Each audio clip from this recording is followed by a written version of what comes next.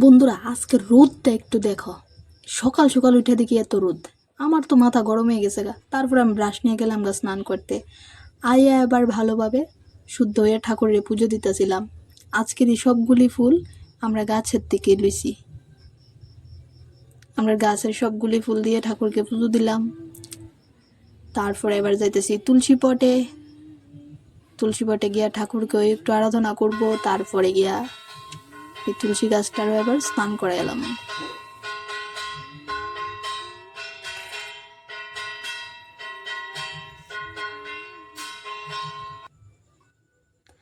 তারপরে আবার ভাত টাত খেয়ে চললাম টিউশনি করাইতে। রোজকার কাজ এটা আমার। এবার টিউশনি করাইতে যাইতাছি। এবার দেখো এখানে রোদ কি রোদ। তারপর তারা বাড়িতে গিয়ে দিয়ে তারা শুকনা মরিচ রোদে দিয়ে রাখছে। এবার ইড হয়েছে মাহি, আমার স্টুডেন্টের ছোট বোন। এবার বাড়িতে দেখি যে মা মাংস রান্না করার লেগে আলু ভাজা রাখছে। মা করলো দেখি একটু মাংসটা লাড়তে। তো আমিও লাড়তে শুরু করলাম, যে কথা সেই কাজ।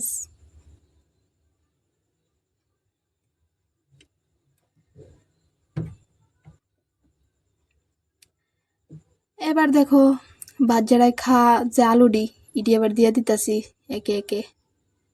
চামিচ দিয়ে দিতে দিতে ভাল লাগে না। আমি মনে করি যে বাড়িটা উঠেই ঢেললা দিছি ডাইল্লা। তারপরে আবার স্পিডটা দেখো জাস্ট লাড়ানের। ভালোভাবে লাড়াই লাড়াই কষাইলাম।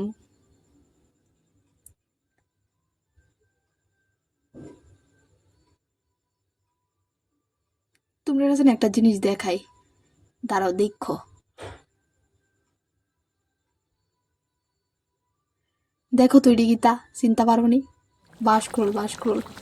এবার মাংসের মধ্যে ঝোল দিয়ে দিলাম। মাংসটা ফুটতে থাকুক আর মাংস আর আলুগুলি এবার সিদ্ধ হতে থাক।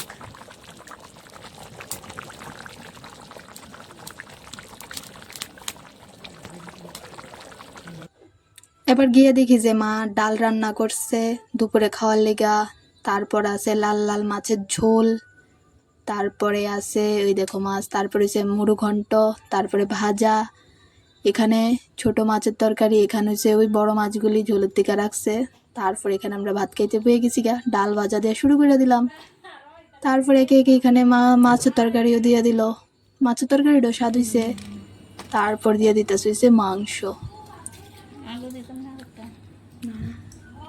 এখানে মাংসর মধ্যে দেখো আমার একটা ফেভারিট জিনিস দিছে, তোমরা দেখামো। এই দেখো কে কে খাইতে বালা পায়ও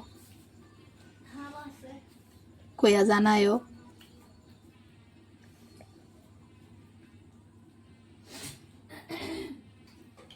তো মাংসটাও ভালো হয়েছে। আমরা ভালোভাবে খাইলাম। কে কে খাইলা জানায়ও।